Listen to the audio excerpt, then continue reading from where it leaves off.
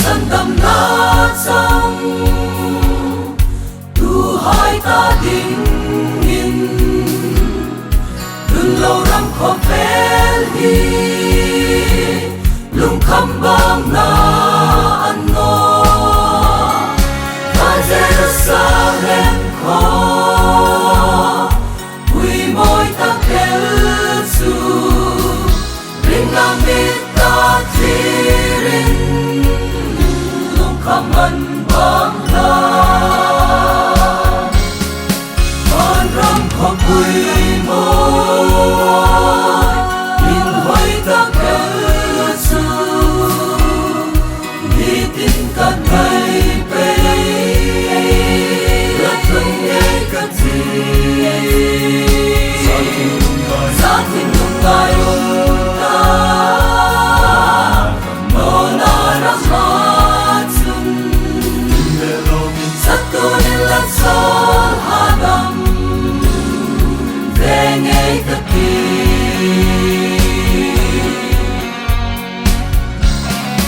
tôi trong sẽ buồn lắm mà xuân thả ngắm nó rin na le trăng na hain thả an zara sẽ không cả lời pa Chris ta Isu zarin rin na ne pe na ramalo ni si Panam kho kui mo in hoi ta kel su ni tin ka nai pe la tung ye ka ti sa tin lung gai ta no na ra ma chung sa tu ni la sol adam ve nge ka ti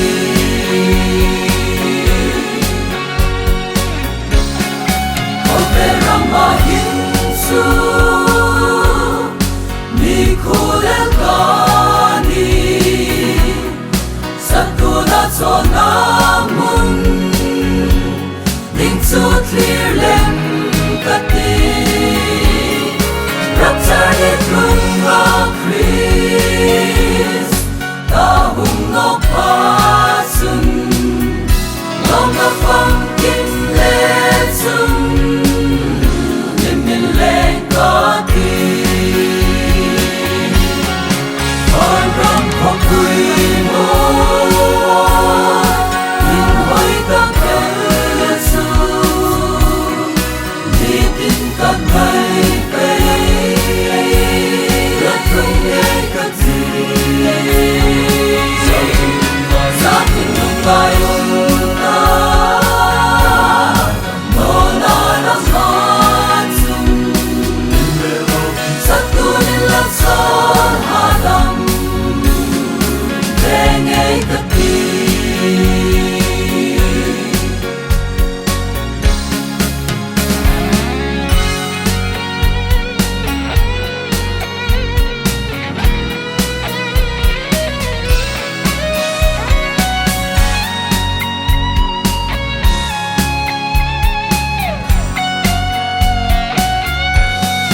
Panderam pe kuma